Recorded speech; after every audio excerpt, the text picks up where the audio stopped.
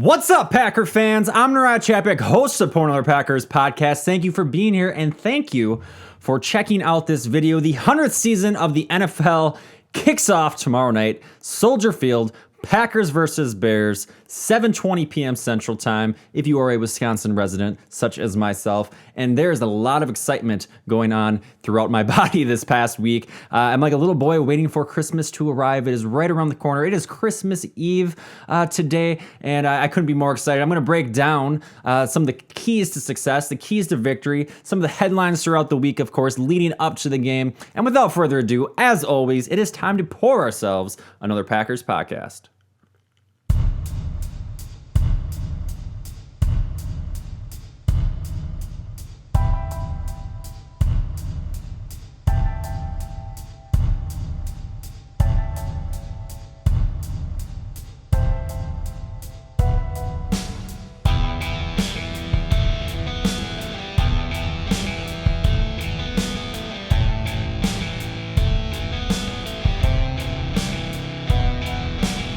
So as always, before we get started, I need to thank my new subscribers. I think I had about 18 new subscribers since my video posted last Friday. That is awesome. I appreciate the support.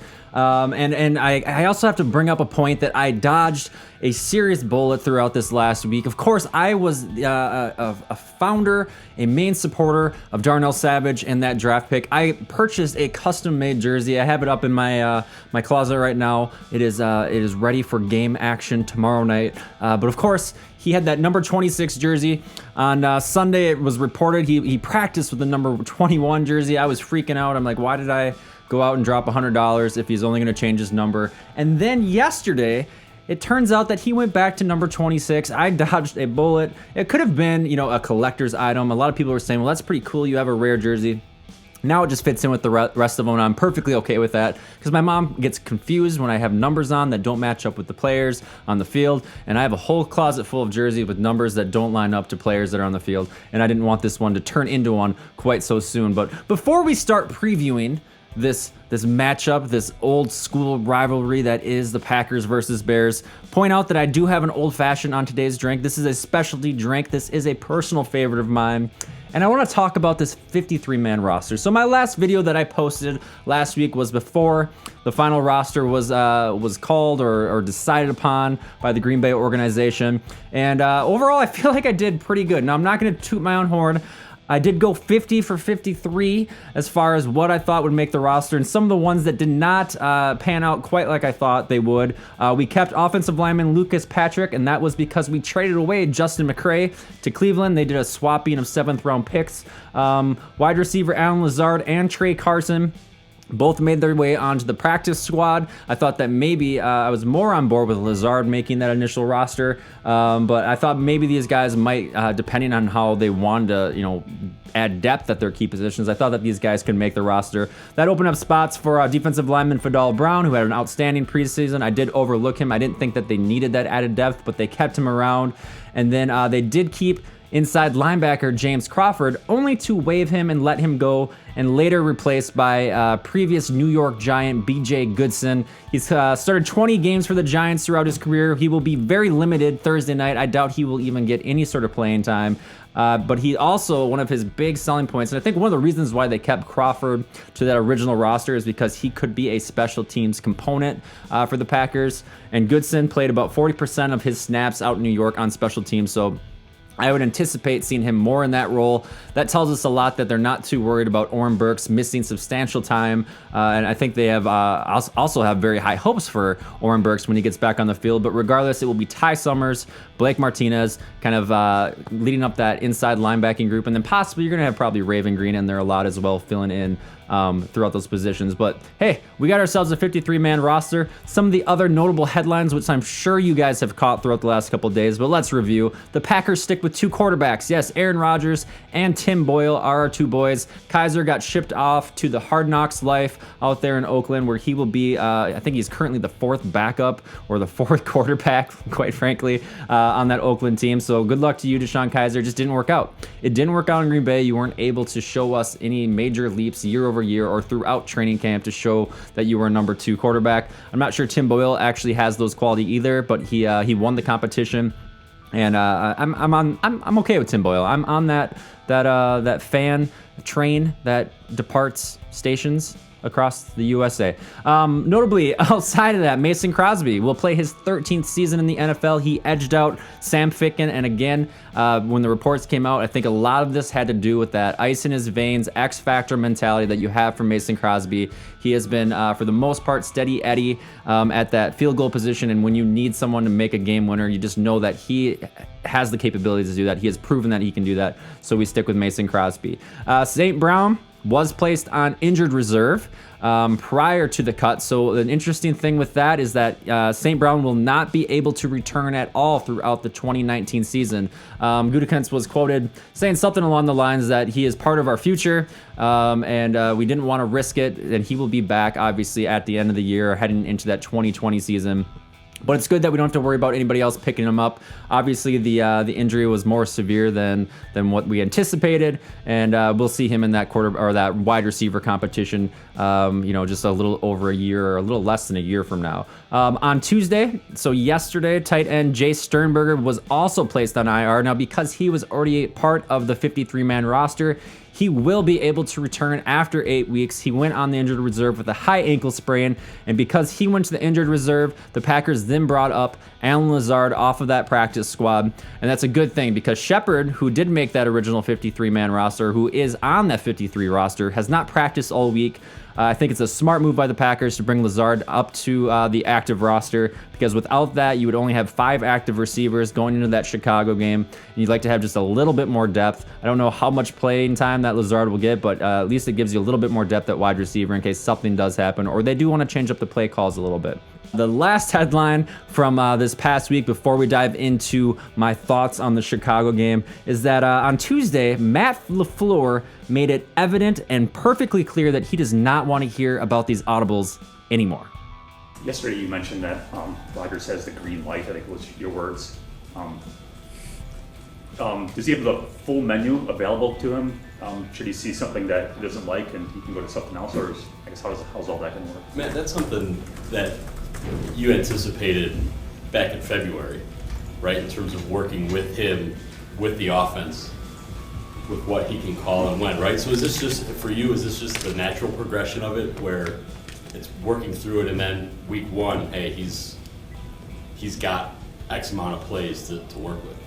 I recall talking at the Combine, you mentioned that audibles weren't a big part of the offense. You guys just will not stop with this audible thing. It's unbelievable. What do you guys want me to say? No, I find it interesting that it hadn't been a big part of it in the past, but maybe it's going to be now. Is that going to be a big adjustment on your part?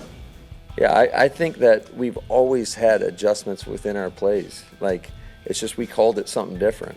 And the fact that I didn't call it an audible, everybody's running wild with it. So it's comical to me. But like I said, I feel good with what we've got in our plan, how we've gotten to this point, and I'm confident that he's got a total command and control of what we're trying to get done.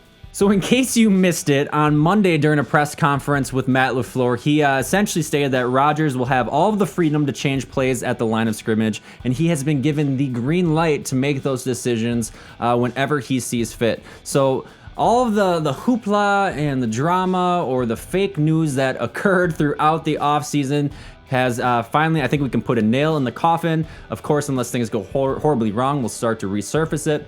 But Rodgers has been part of this game planning throughout this week for the Chicago game. He has been in the room with LaFleur, with Nathaniel Hackett, giving his input. He understands exactly what LaFleur wants to do as an offensive system. And because there is that trust between both the quarterback and the head coach, LaFleur feels confident that that he will make the right decisions, that he will trust that if there is a play call that suits the offense better, that he will stick with LaFleur's play call.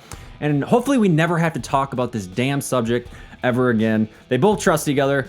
They both trust each other. Let's move on, and let's talk about previewing the Chicago Bears game.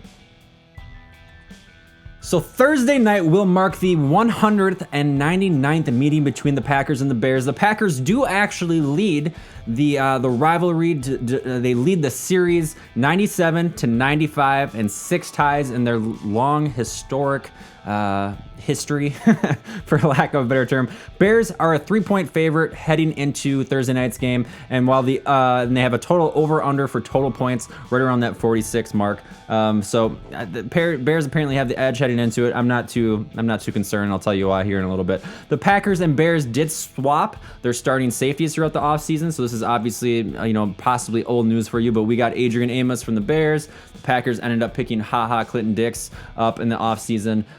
So that's, a headline that we can kind of watch throughout the game. This obviously will be Matt LaFleur's first game as a head coach in the NFL. And outside of Mike Pettin, who returns as his second year in that defense with the Green Bay Packers, this will be our first glimpse of numerous various offensive coordinators like Nathaniel Hackett, the special teams coordinator, and Sean Manega. And like last year, when they faced off in that Week 1 game with the Packers and Bears, it was Matt Nagy's first time as a head coach, helming the reins for the Chicago Bears, going to Green Bay, and this will be the first time with LaFleur as the head coach going to Soldier Field. There's a lot of fun storylines that come from these games, outside of the history of these two teams throughout the years, and especially, if I can draw back to my Jay Cutler days of how the Packers would just always find a way to win, and Jay Cutler would always find a way to mess it up. We love this. This is what the NFL is all about. It's the first game of the year, and this is one of the main, one of the many storylines from the game. Chicago's main change to that coaching staff, however, comes on the defensive coordinator side of the field. So former Colts head coach Chuck Pagano is now the new defensive coordinator for the Chicago Bears. He does replace Vic Fangio, who went out to Denver and became their head coach for this upcoming season. And Pagano hasn't been a defensive coordinator in the league since 2011 for the Baltimore Ravens. Now, he did coach. He was the head coach, like I said, out there for the Indianapolis Colts, but this will be his first time in that defensive coordinator position in almost 8 years, essentially. And it's very similar. Pagano's path, or his history here in the last year or so, is very similar to what transpired with Mike Pettin as well. When everything failed for him out in Cleveland, he decided to take some time off the NFL. He became an NFL consultant, kind of jumped around to some different teams and consulted and kind of saw what teams were doing and built his new defensive mindset around that. That was the same thing that Pagano did this last offseason. He took a year off of football. He was an NFL consultant. He's coming back into it with hopefully just some terrible ideas of how to defend the Green Bay Packers. But this is very interesting. Matt Nagy returns to his second season as the Bears head coach. He turned around a 5-11 team in 2017 and made them a 12-4 team in 2018. And although Kahlil Mack might have had probably a pretty big impact on that. If we talk about the Bears defense real quick from 2018, and it's really hard to avoid this kind of topic when the game is just looming around the corner.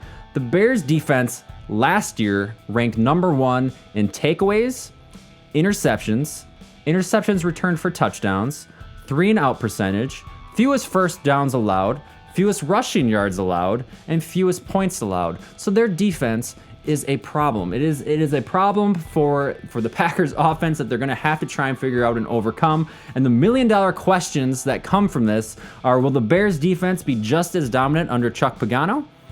Because we don't know. That is something that obviously the Packers offense, Matt LaFleur and the rest of the guys within that organization have been studying throughout this last week or two to try and figure out. They're looking at old play footage of Chuck Pagano running defenses out in Baltimore and some of his defensive footage out there with the Colts. But that goes on the flip side of this.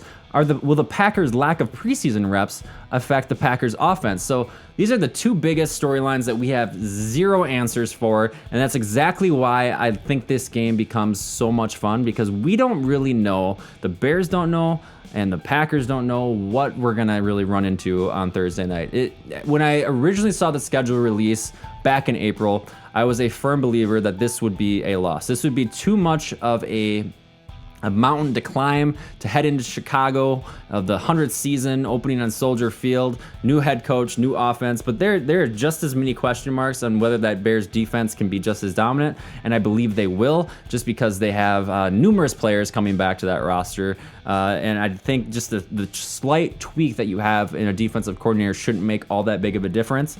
But guys, obviously I'm a little bit scatterbrained Jane right now because my hype levels are off the roof for Thursday night's game. So yes, there are key matchups heading into the game tomorrow night. You have Aaron Rodgers versus Kahlil Mack. We all remember week 1 last year when Mack hit Rodgers, landed on his leg, almost ended the Packers season immediately right there. I almost wish that he had, because the rest of the season that transpired was an absolute disappointment nonetheless. But we did have that one sparkling moment where Rodgers came out of the tunnel at halftime and the Packers came back.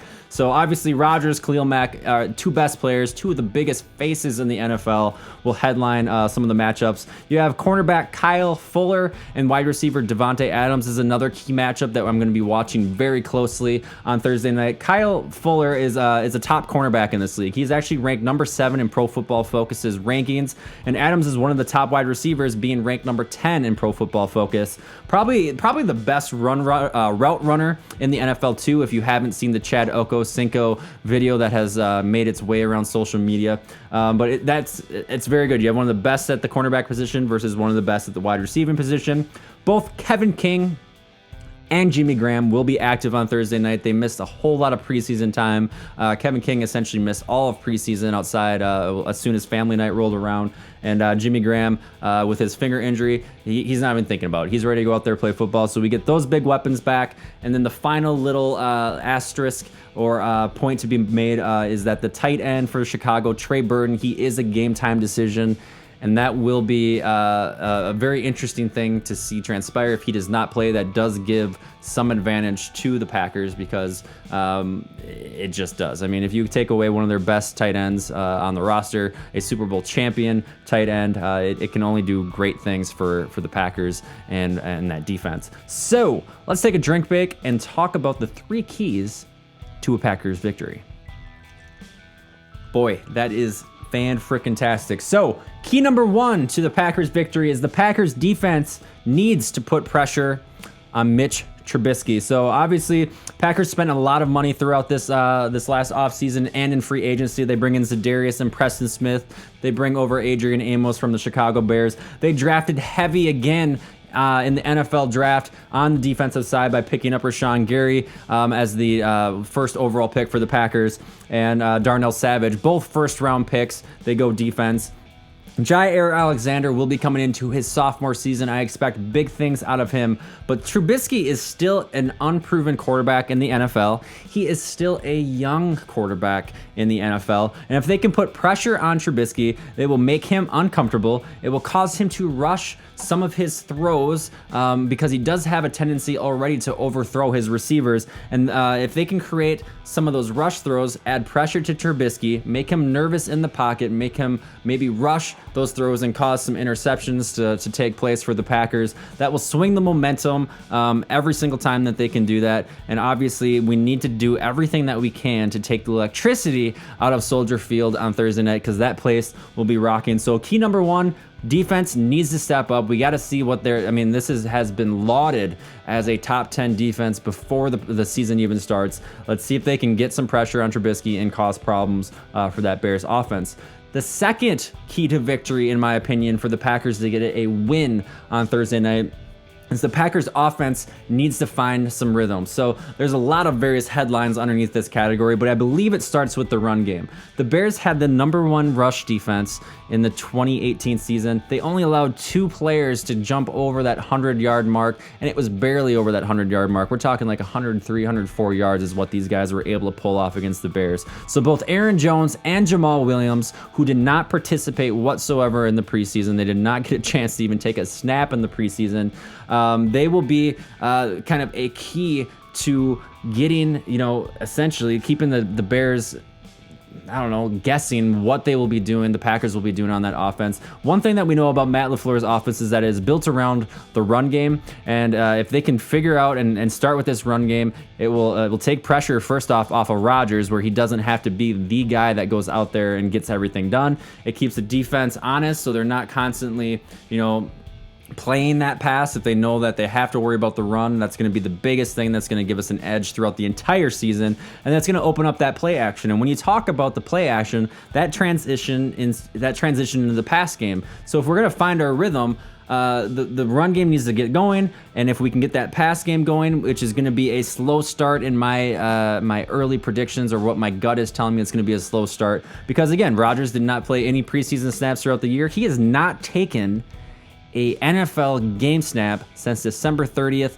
of last year. So it has been 9 months since Rodgers has had any sort of game action, any sort of feel for the speed of the NFL. And yes, he is a veteran. This is not his first rodeo, but it is going to be key that if he can get some sort of rhythm in that passing game. Him and Adams have obviously a very special connection with one another, but he has a bunch of young, very talented wide receivers that he has to get on the same page with. So if they find some rhythm on Thursday night, it will take Chicago by surprise, build confidence within the organization. It will build confidence that Rodgers has in LaFleur. LaFleur has maybe possibly a little bit more, not a chip on his shoulder, but he'll have more respect of that organization and that team if they can get this offense rhythmatically moving down the field.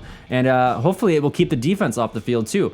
If that offense doesn't go 3 and out consistently, which is one of the Bears' strong suits from last year, but if they can keep getting first downs, move the ball down the field, get in field goal range, possibly score some touchdowns, possibly score a lot of touchdowns, hopefully we will not have to leave the deciding factor of this victory or this win on the defense to stop the Bears from marching down the field and scoring, because quite frankly, I'm sick of that. I do not care to watch. I mean, if there's one thing that comes from Mike McCarthy no longer being the head coach of the Packers, it's that we will not play it safe. We will not take our foot off the gas, and we will not leave it up to the defense with 4 minutes to go in the game to stop the other team from scoring a touchdown. So get some rhythm on offense on Thursday night, and that will be one more giant step to getting a victory. And I think the third thing, if they can do all 3 of these things, it's going to be a clear-cut victory for the Green Bay Packers. Number 3 is slow down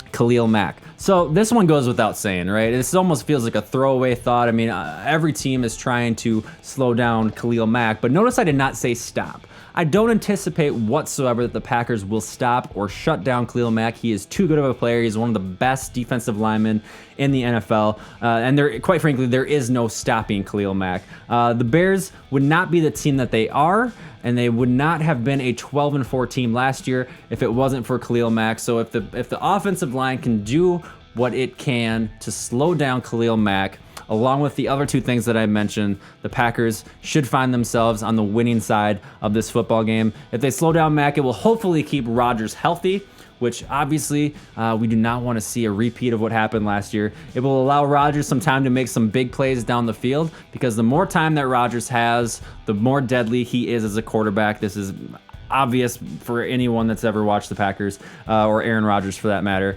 And it takes a lot of pressure off that run game too. If they can slow down Mack, it's going to open up, and the run game is not succeeding, that will open up possibilities for the Packers to just pass the ball and still be successful on that side. So those are my keys to victory.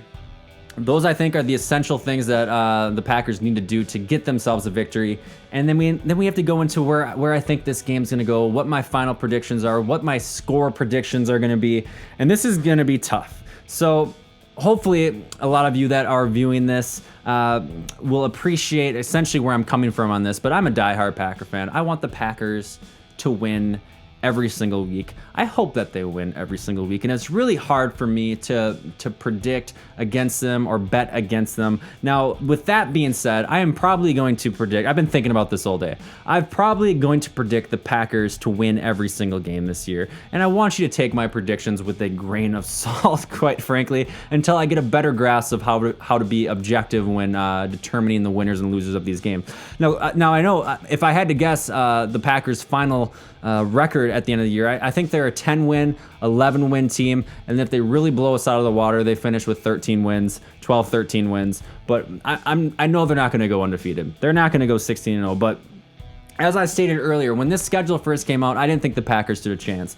Now, after being kind of engulfed in the culture of Green Bay, being fully on board the hype train of what this defense can be, hearing the confidence in Rodgers' voice, hearing the confidence in Bakhtiari's voice, that this offense truly does look different, that it is refreshing, that they were already a tough team to defend against previous in Mike McCarthy's system, and that they can only be deadlier now with a new, refreshed, rejuvenated offense. I have the Packers winning 31-17. Yes, I see this one turning into a potential blowout. Now, it's either going to be a very close loss, and this is where I go back and forth, or I believe it's going to be a blowout. I think that the Packers are going to surprise people. CBS Sports had them as the number one, the power ranking team in the NFL. Bleacher Report has them in the top 10. A lot of various outlets out there are taking the Packers in week 1.